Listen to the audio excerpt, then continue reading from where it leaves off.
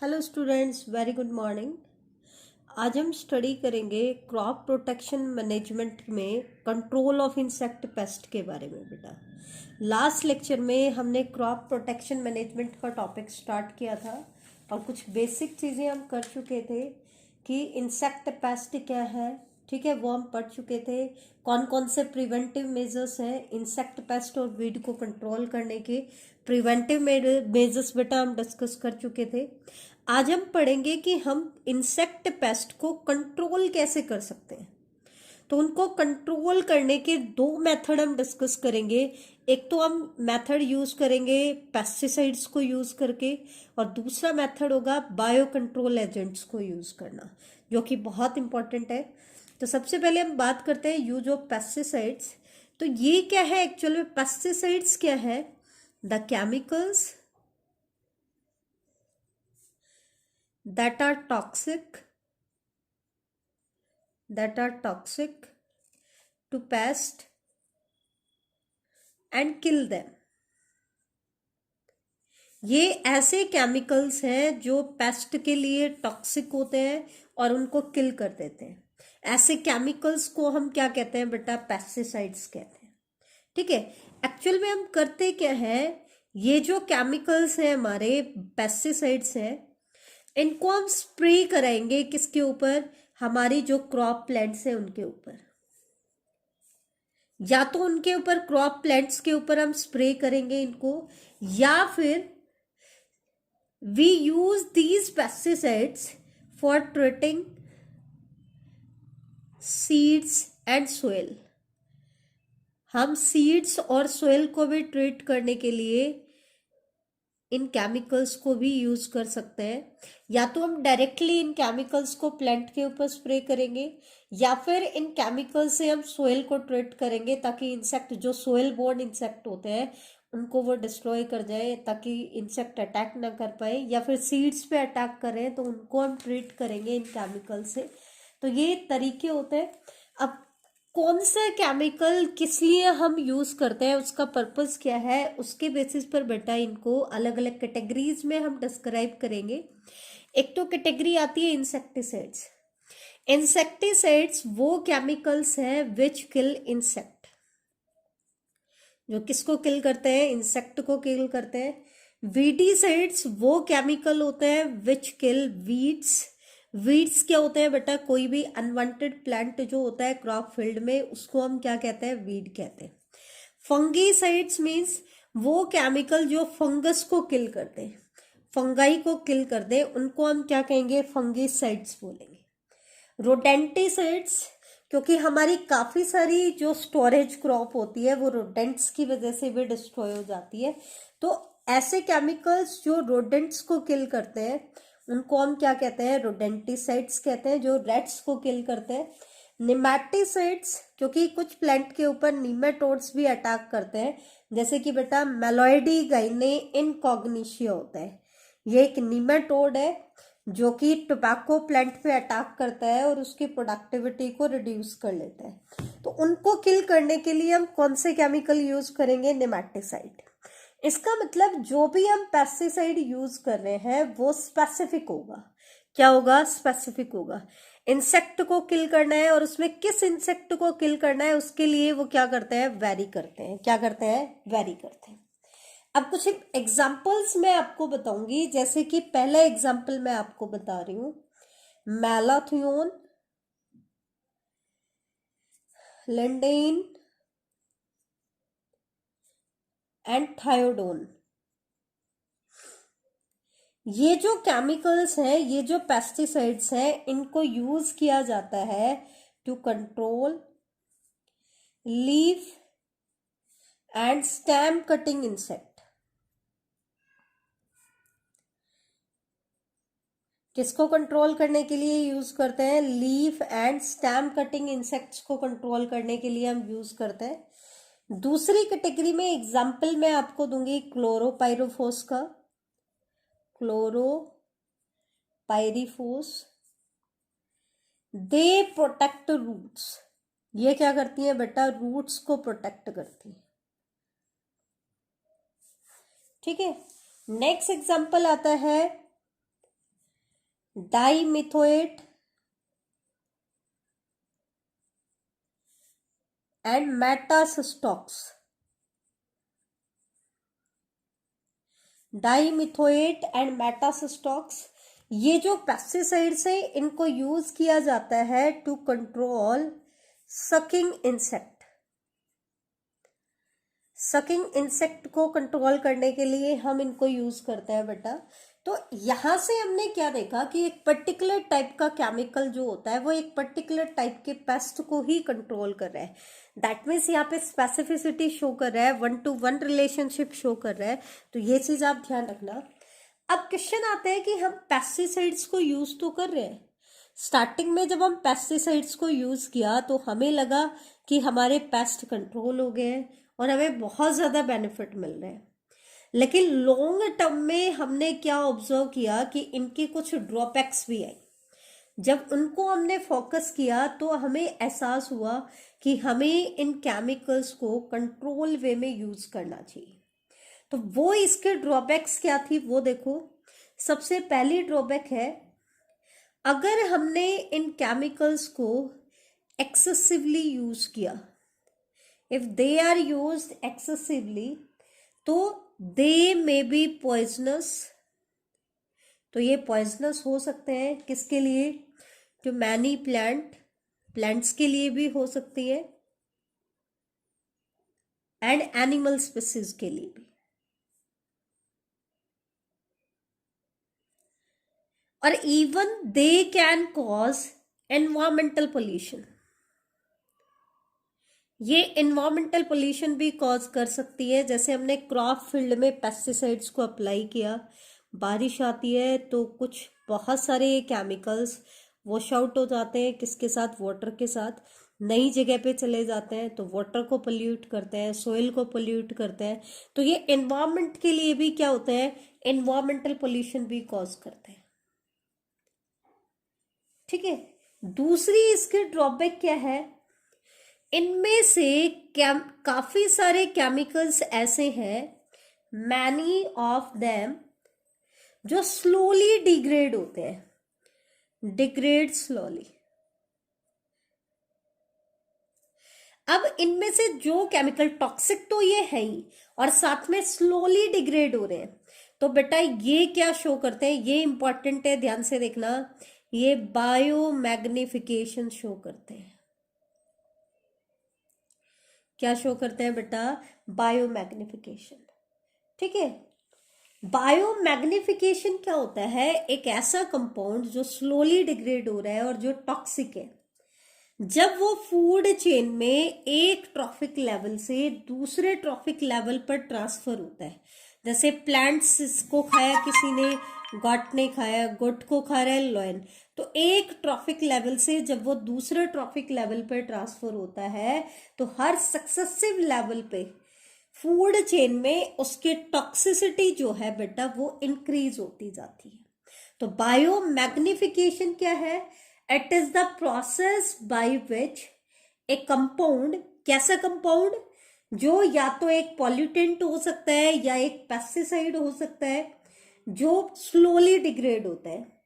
तो वो क्या होता है? It increase its concentration in the tissues of organism at successive higher levels in a food chain. जैसे जैसे हम हायर लेवल पे जाते जाएंगे, ये अपनी टॉक्सिसिटी बढ़ाता जाएगा ऑर्गेनिज्म के टिश्यूज में।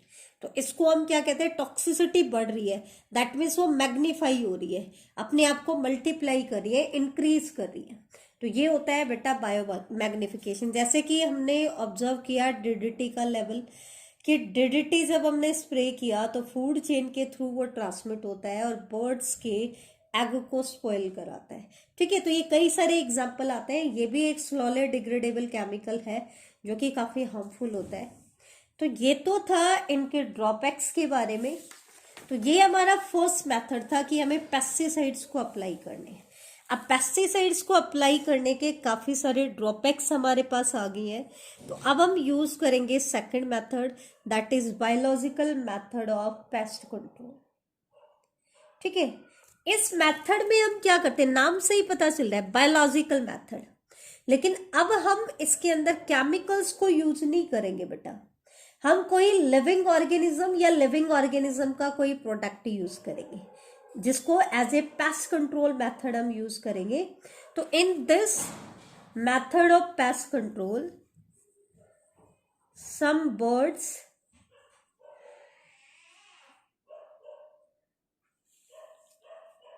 insects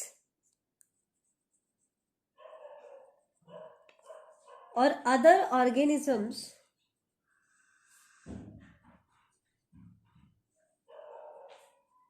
are deliberately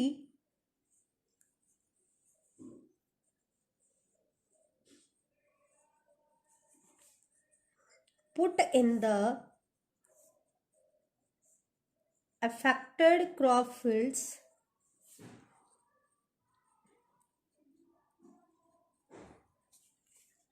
to kill the pest selectively।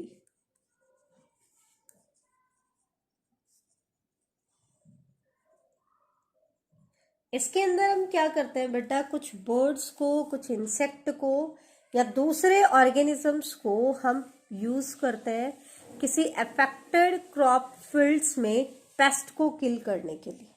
ठीक है, तो इसमें हम केमिकल स्प्रे नहीं कर रहे हैं, किसी लिविंग ऑर्गेनिज्म को ही यूज कर रहे हैं। तो इस मेथड में जो हम लिविंग ऑर्गेनिज्म यूज करते हैं या ये जो मेथड होता है, it is highly specific, highly specific होता है एंड नॉन पॉल्यूटिंग होता है। जैसे कि आपका पेस्टिसाइड वाला जो मेथड था वो पॉल्यूटिंग था, लेकिन ये मेथड कैसा है, नॉन पॉल्यूटिंग है, साथ में हाईली स्पेसिफिक भी है। ठीक है, कुछ नेचुरल इंसेक्टिसाइड्स के मैं आपको नाम बताती हूँ। सम नेचुरल इंसेक्टिसाइड्स कौन कौन से हैं, निकोटिन, नीम, पायरिथ्रम। जैसे नीम के लीव्स को हम बहुत यूज करते हैं, ये रिपेलेंट का काम करता है, इंसेक्टिसाइड का काम करता है, तो ये केमिकल्स हम यूज करते हैं। ठीक है, तो ये biological method of pest control के अंदर आते हैं। इसी के अंदर एक कॉन्सेप्ट और भी आता है, दैट इज आईपीएम। आईपीएम की फुल फॉर्म क्या होती है बेटा, इंटीग्रेटेड पेस्ट मैनेजमेंट। ये जो कॉन्सेप्ट था इंटीग्रेटेड पेस्ट मैनेजमेंट का, it also favour biological control method. ये भी क्या करता है, बायोलॉजिकल कंट्रोल मेथड को फेवर करता है। ये भी क्या करता है बेटा, बायोलॉजिकल कंट्रोल मेथड को फेवर करता है। तो ये चीज आप ध्यान रखना। तो ये हमारा फर्स्ट पार्ट कंप्लीट हो गया है पेस्टिसाइड्स वाला। अब हम सेकंड पार्ट की तरफ आते हैं, दैट इज वीड्स। तो सबसे पहली चीज तो वीड्स क्या होते हैं, जैसा कि मैंने पहले भी बताया है, वीड्स क्या है, कोई भी unwanted plant which grow in cultivated field, which grow in cultivated field. कोई भी अनवांटेड प्लांट है जो कल्टिवेटेड फील्ड्स में ग्रो कर जाता है, उसको हम क्या कहते हैं बेटा, वीड कहते हैं। ठीक है, जैसे कि आपकी सॉर्गम होता है, वाइल्ड सॉर्गम होता है, वो भी एक वीड है। आप क्रॉप लगा रहे हो वीट की, तो उस फील्ड में वीट के अलावा जो अनवांटेड प्लांट्स ग्रो कर जाते हैं उनको हम क्या कहते हैं बेटा, वीड्स कहते हैं। तो वीड्स को हम दो कैटेगरी में डिवाइड करते हैं। एक तो होते हैं बेटा नैरो लीफ वीड्स, और दूसरे होते हैं ब्रॉड लीफ वीड्स। दो तरह के वीड्स होते हैं, narrow leaf weeds and broad leaf weeds. Narrow leaf weeds को हम मोनोकॉट वीड्स भी कहते हैं, और ब्रॉड लीफ वीड्स को हम बेटा डाइकॉट लीफ भी कहते हैं। ठीक है, मोनोकॉट वीड्स को हम फर्दर दो कैटेगरी में डिवाइड करेंगे। एक तो वो वीड जो खरीफ सीजन में ग्रो करते हैं, that means kharif season weed, और दूसरे वो जो रबी सीजन में ग्रो करते हैं, that is rabi season weed. Example की अगर हम बात करें तो खरीफ सीजन मोनोकॉट वीड्स में एग्जाम्पल आता है मोठा।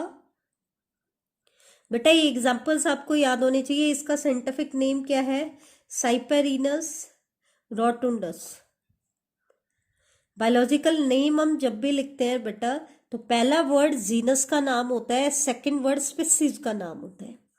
जीनस का पहला अल्फाबेट कैपिटल और स्पीसीज का पहला अल्फाबेट स्मॉल। और जब दोनों को जब हम हैंड राइटिंग करते हैं ना बेटा, तो दोनों को अलग अलग अंडरलाइन करते हैं। ये चीज आप ध्यान रखना। दूसरे एग्जाम्पल इसमें आता है वाइल्ड सॉरगम का। इसको हम जंगली जवार भी बोलते हैं। ऐसे ही बेटा आपकी मोनोकॉट वीड्स में रवि सीजन की वीड्स आती है, जैसे कि फेलारिस। इसको हम कॉमनली जई बोलते हैं बेटा, आप लोगों ने नाम सुना होगा इसका। ऐसे ही हम ब्रॉड लीफ वीड्स को भी दो कैटेगरी में डिवाइड करेंगे, that is kharif season weeds and rabi season weeds. तो नैरो वीड और ब्रॉड वीड्स में, ब्रॉड लीफ वीड्स को फर्दर हमने दोनों को दो दो कैटेगरी में डिवाइड किया है, खरीफ सीजन वीड्स और रबी सीजन वीड। तो खरीफ सीजन ब्रॉड लीफ वीड्स में एग्जांपल आता है एमेरैंथस, जिसको हम कॉमनली चौलाई कहते हैं बेटा।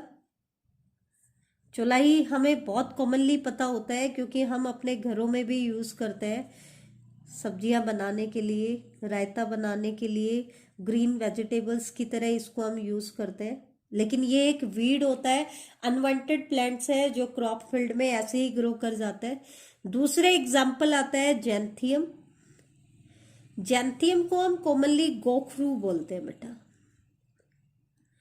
ऐसे ही रबी सीजन ब्रॉड लीव्स में एग्जाम्पल आता है चीनोपोडियम, जो हम बहुत यूज करते हैं घरों में। बथुआ इसको कॉमनली हम बोलते हैं, बथुआ। इनके साइंटिफिक नेम भी आपको याद करने हैं। दूसरे एग्जाम्पल आता है कन्वोल्वुलस, इसको हम कॉमनली हिरनखुरी बोलते हैं बेटा। थर्ड एग्जाम्पल आता है बेटा पार्थिनियम, ये बहुत कॉमनली यूज होता है, यूबिक्विटस अक्रेंस का होता है। यूबिक्विटस मतलब हर जगह आपको देखने को मिल जाएगा, अपने आसपास हमें देखने को मिलता है। इसको हम कॉमनली कैरेट ग्रास या गाजर घास भी बोलते हैं। हिंदी में क्या बोलते हैं? गाजर घास। तो ये था आज का हमारा टॉपिक। आज के टॉपिक में हमने पेस्टिसाइड्स के बारे में डिस्कस किया कि पेस्टिसाइड्स क्या होते हैं, ठीक है, पेस्टिसाइड्स को कैसे यूज करें, उनके क्या क्या ड्रॉबैक हैं वो हमने देखी, उनके एग्जांपल्स पढ़े। और फिर क्योंकि इनके ड्रॉबैक्स हैं तो फिर हमने biological method of pest control पढ़ा। एक हमने इंटीग्रेटेड पेस्ट मैनेजमेंट के बारे में भी पढ़ा। फिर हमने स्टार्ट किया वीड्स के बारे में। तो वीड्स को हमने कैटेगराइज कर लिया है। नेक्स्ट लेक्चर में हम पढ़ेंगे वीड्स अगर ग्रो कर जाती है क्रॉप फील्ड्स में तो उनकी क्या क्या डिसएडवांटेजेस होती है and methods use to control weeds, ठीक है। और डिजीज इंसाइटिंग एजेंट्स और उनके कंट्रोल के बारे में भी हम पढ़ेंगे नेक्स्ट लेक्चर में। उसके बाद बेटा आपका एक ही टॉपिक बच जाता है, that is storage of grains. फिर आपका ये चैप्टर कंप्लीट हो जाएगा। 2 लेक्चर और बचे हैं, फिर ये चैप्टर आपका कंप्लीट हो जाएगा। उसके बाद हम शुरू करेंगे बेटा डाइवर्सिटी इन ऑर्गेनिजम्स को। थैंक यू बेटा।